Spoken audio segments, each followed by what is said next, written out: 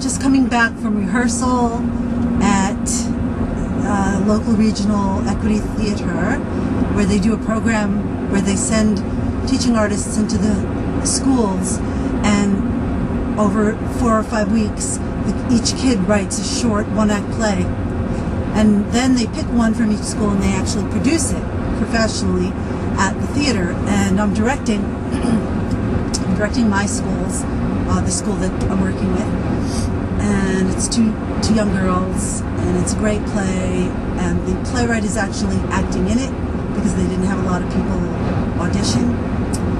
And I'm driving past Long Beach again, that beautiful, it's just so pretty.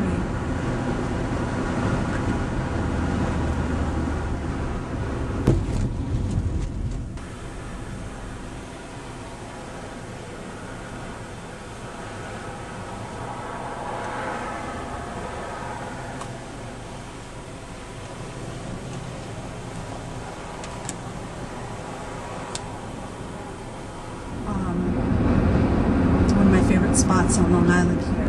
Crappy. So, McNeil's migration vlogs. It's making me think of my youth. I was stood up for my senior prom. Yep. I wanted to go so badly. I got this pulled down. I had a really cheap guy to go. And the morning of prom, well, he had been kind of threatening that he wasn't going to wear a tux, he was going to wear jeans. And by the time prom came around, I don't even think I really liked him that much anymore. But I really wanted to go to the prom. And so he had kept saying, yeah, he would do it. And so that morning he calls me and he says, I don't have anything to wear. I don't have a tux. But you know what? Wait a minute. I have a friend who has a purple tux. I'll borrow that.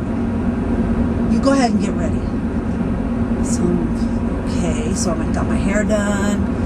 And I was pretty much all ready when he called and said he couldn't get in touch with his friend. And he wasn't bringing me. And it was just plain meanness. I could hear his buddy laughing in the background, which is horrible. I cried. I spent the evening watching TV, eating ice cream and crying. Did I get over it? Oh yeah. And actually, I got revenge several years later. I ran into him in a little pub. I must have been about 20. And yeah, 20 or 21. And I ran into him in a bar. He was with a couple of friends. I was with a couple of friends. And we all started, sat together, and I was just like going along with it. And then he goes, oh, you want to go back to our house to get high? And so we did. Again, my generation. And we were looking at records, and I said, wow, there was a Jethro Tull's Benefit album. And I asked him if I could borrow it, and he said, oh yeah, but just make sure you give it back, because I lent it to my other copy to someone and I never got it back and had to replace it. I'm like, no problem. So then it was starting to get late, and he wanted me to stay overnight. And yeah, right, I'm going to stay overnight. So he was so angry that I wasn't staying that when we walked out, he slammed the door behind us. We were cracking up. I just felt so good, and I had that album, and I never returned it. So, sometimes I believe in karma. I believe that I don't have to deal with someone's negativity towards me, that the universe will eventually do it.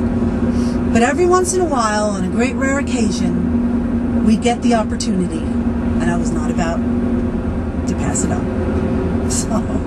So yeah, there you go. My being stood up for the senior prom and getting revenge story.